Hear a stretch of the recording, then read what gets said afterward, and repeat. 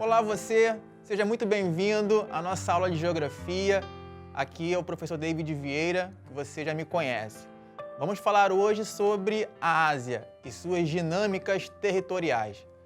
Para começar a falar sobre a Ásia, primeiro devemos conhecer um pouco sobre esse continente, que é incrível. Vou pôr na tela para vocês a imagem do continente. Nós temos aí a Ásia, observem bem, na cor verde. A Ásia é o maior continente em extensão territorial e também é o maior em população. Ela apresenta uma grande diversidade étnica e cultural. Para que possamos ter uma melhor compreensão sobre a Ásia, nós dividimos ela em regiões. Para falar sobre as regiões, primeiro precisamos lembrar para vocês o que são regiões. Regiões são divisões do espaço geográfico a partir de critérios comuns, como, por exemplo, economia, natureza, sociedade. Sendo assim, vamos conhecer um pouco agora das 6 regiões que compõem a Ásia. Vem comigo para o quadro. Aqui nós temos as 6 regiões que compõem a Ásia. Vamos começar aqui no Oriente Médio. Olha só, na cor marrom, nós temos os países, o Irã, nós temos o Iraque, nós temos a Arábia Saudita. Essa é uma região muito conflituosa, porque apresenta uma grande diversidade étnica e cultural. Também é importante salientar que o Oriente Médio ele foi o berço das primeiras civilizações, numa região conhecida como Mesopotâmia, que se localizava entre os rios Tigre e Eufrates. Nós temos aqui essa região aqui, ó, que é a Ásia Meridional. Nós temos a Índia, o Paquistão, por exemplo. Essa região ela é caracterizada pelos países subdesenvolvidos, por apresentar uma qualidade de vida muito baixa, né? Onde grande parte da população se apresenta abaixo da linha da pobreza. Continuando, nós temos aqui a Ásia Central. Temos aqui o Cazaquistão, temos aqui o Turcomenistão. Esses países, eles faziam parte da ex-União Soviética. Com a queda do Muro de Berlim e o fim da União Soviética, esses países ganharam a sua independência. E aqui apresenta também uma grande diversidade étnica e cultural. Vamos aqui ao norte. Nós temos aqui a Ásia Setentrional, que é uma região que é formada pela Rússia Asiática.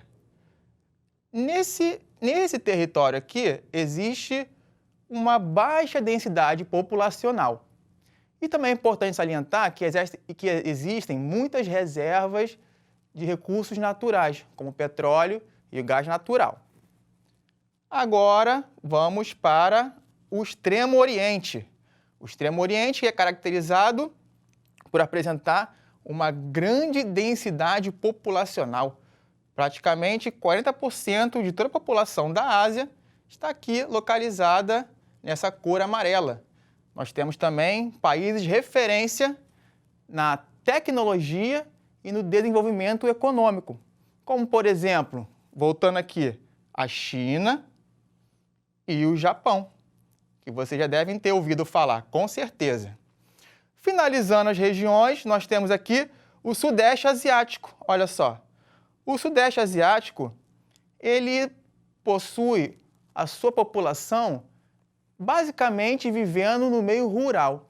Isso indica que a principal atividade econômica dessa região são as atividades primárias, como a agricultura, por exemplo. Entretanto, alguns países começaram a se industrializar a partir de investimentos de países centrais.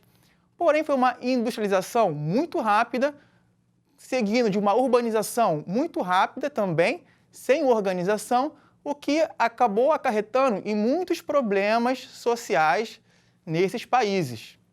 Esses países que se industrializaram rapidamente são conhecidos hoje em dia como os tigres asiáticos. Vamos falar agora sobre as dinâmicas territoriais, que geralmente os territórios são alterados a partir dos conflitos que ocorrem em grande quantidade, principalmente na região do Oriente Médio. E essa região muito interessante que nós vamos agora saber um pouquinho dos conflitos e dessas dinâmicas territoriais. Nós temos aí o conflito Palestina versus Israel. As bandeiras, temos a bandeira de Israel, azul, branca, com a estrela de Davi ali no meio, e a bandeira da Palestina, representada pelas cores preta, branca, verde e vermelha. O que ocorre? Esse conflito é um conflito que se estende por mais de 70 anos e ele é dramático devido às circunstâncias históricas que estão aí embutidas.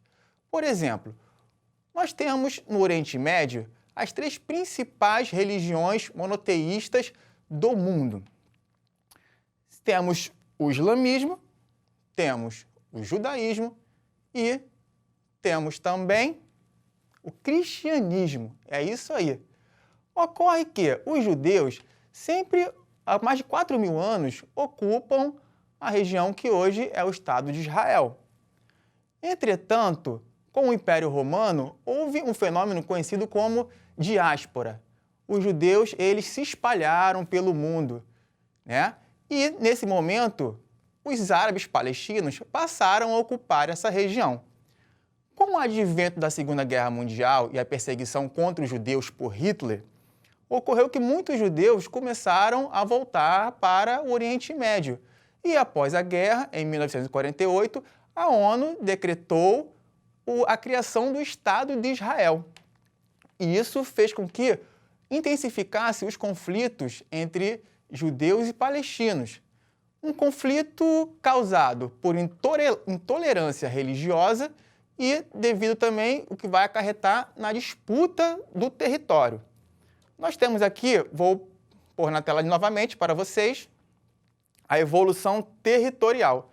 Em 46, a parte verde, nós temos aí, ao nosso lado esquerdo da tela, a Palestina.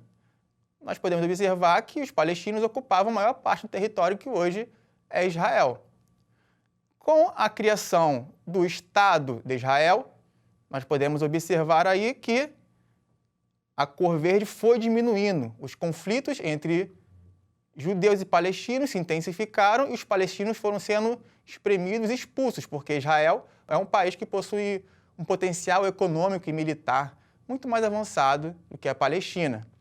E nós temos lá em 2010, praticamente Israel tomando conta de todo o território, os judeus controlando essa região e os conflitos se estendem até hoje em dia, se apresentando de maneira muito violenta, inclusive com atentados terroristas, homens-bombas, essas coisas que vocês ouvem falar aí na televisão. Além desse conflito, nós temos também outros conflitos no Oriente Médio. O Oriente Médio, ele possui o petróleo. É a maior reserva mundial de petróleo. E isso vai atrair o interesse de potências mundiais que estão interessadas nesse petróleo, como, por exemplo, a Europa, os Estados Unidos e o Japão. Outros conflitos que ocorrem, por exemplo, é o Afeganistão. Lá existe uma divergência entre os muçulmanos. Existe a ramificação dos xiitas, que é uma ramificação mais radical, que interpreta o Alcorão, que é o livro sagrado dos muçulmanos, de maneira mais rígida. E os sunitas? Os sunitas, eles são mais flexíveis. Então, isso acaba ocasionando diversos conflitos de cunho religioso. Nós temos o Iraque, que é um país que possui muitas reservas de petróleo, como nós estávamos falando. E isso vai atrair diretamente o interesse dos Estados Unidos. Por isso que, historicamente, Estados Unidos e Iraque apresentam uma grande divergência. Aliado a isso, nós temos também, lá no Iraque, outros conflitos relacionados a disputas econômicas, como já dissemos. Nós temos conflitos relacionados à disputa religiosa e à disputa étnica, ou seja, é um lugar muito conflituoso. Mas um dos conflitos mais dramáticos que ocorrem hoje no Oriente Médio, ele ocorre na Síria. Nós podemos ver aí a Guerra da Síria. imagens dramáticas. E eu vou explicar um pouquinho para vocês aí, a partir dessas fotos, como ocorreu esse conflito dramático e por que é tão dramático. Ocorre que em 2011, a partir de denúncias publicadas na página Wikileaks, denúncias de corrupção contra o governo do presidente Bashar al-Assad. Ocorreu uma série de manifestações cobrando democracia e o fim da ditadura do presidente. Entretanto, o presidente reagiu com muita violência, prendendo estudantes e atirando nos manifestantes, o que ocasionou uma série de mortes. A partir daí, a população e grupos de oposição começaram a se armar e começaram a enfrentar o exército do presidente, o que acabou ocasionando uma verdadeira guerra civil.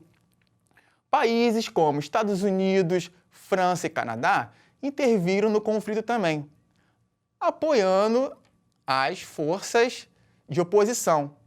Outros grupos políticos radicais se aproveitaram da oportunidade e se lançaram também para controlar o território da Síria.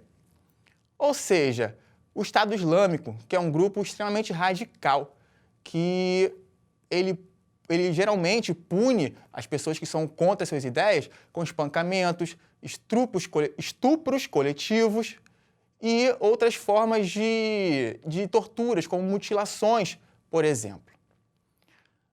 A guerra se tornou dramática. A Síria está numa situação em que grande parte da sua população está sem os principais recursos, como alimento e água, devido aos bloqueios que são criados por todos esses grupos políticos que estão interferindo na guerra. Vamos observar aqui agora a divisão territorial atual da Síria. Nós temos aí cada cor representando um grupo específico que está no controle da Síria, muitos deles com o apoio de países estrangeiros que também têm interesse nessa região aí. Hoje em dia, a Síria ela apresenta uma diminuição de sua população, devido à grande quantidade de refugiados que saíram do país fugindo desse horror da guerra. Vou pôr na tela para vocês agora um pouco das principais consequências dessa guerra da Síria para os sírios. Nós temos 70% da população não tem acesso à água potável, 2 milhões de crianças estão fora da escola. Como eu falei com vocês, a população diminuiu, a pobreza atinge 80% da população que não tem condições de acesso a alimentos básicos.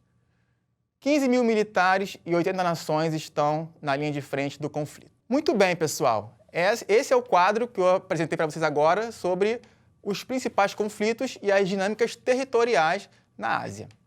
Vamos agora ao nosso desafio. Olha aí, qual das características abaixo representa uma característica do continente asiático? A. É o mais populoso. B. Apresenta os melhores índices de desenvolvimento social. C. É o menor continente em dimensões territoriais.